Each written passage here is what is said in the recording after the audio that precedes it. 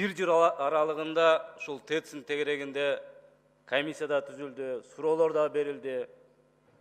Ушул мына мамлекеттин стабилдүүлүгүнө, экономикасына доо кетире турган келишимдер түзүлүп, ошонун башында мына бүгүн ачык айтылып атат.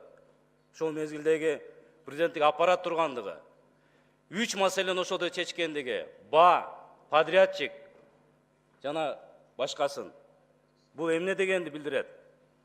Бул деген сөз ошол жерде уюшкан саясий орган түзүлүп, ушундай мамлекетке зыян келтире турган келишимге алып баргандыгын билдирет. Биздин экономиканын локомотиви деп энергетика деп келебиз. Энергетиканын акыбалы бүгүн көрүп атабыз, 100 миллиарддан ашык карыз. Ушул акыбал менен кантип экономиканы көтөрөт? Бизге таптакыр жат болгон APC деген сыяктуу форматтагы келишимдерди алып келип, бул деген сөз под ключ, эч ким аны уган айткан эмес. Бул мондай болуп түшүндүрмө да берген эмес парламентте.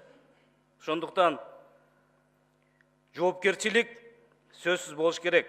Мамлекеттик карызды тейлөө азыр 20 миллиард сом тегерек болуп атат. Урматтуу депутаттар, бул жалпы республикалык бюджеттин 20% деген сөз. Эгер да динамикага карасак, убакыты келгенде анда 50% мамлекеттик бюджеттин карызга берип коюп отурат экенбиз. Эл эмнени күтүп атат? Эл акыйкаттыкты күтүп атат. Ким жеген болсо куссун, ким жеген болсо жооп берсин. Коррупция менен күрөш жүрүп атат. Президент айткандай, коррупционер элди аралап жүрө албай турган акыбал болуш керек.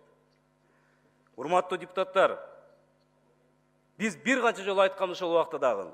Техникалык экономикалык негиздеме жок, комитет чечиминде жүрөт. Жок, бар деп бир провинцияда жасалган Хубей деген бир мындай талмудту көргөзүп келген. Ага дагы демек канчадыр 1 миллион каражат жумшаган. 20 миллион жөн берип койгон жок да. Ал ТО кара кече жана башка деп. Бул жерде да кызыкчылыктар болгон.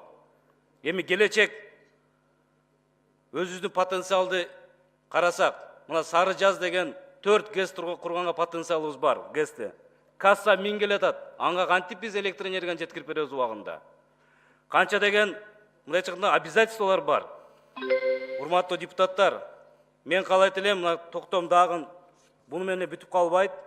Бул жерде бир топ дагы маселе каралган, уландысы болуш керек.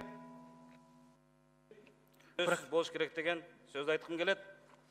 Рахмат, көргөнүңүзгө.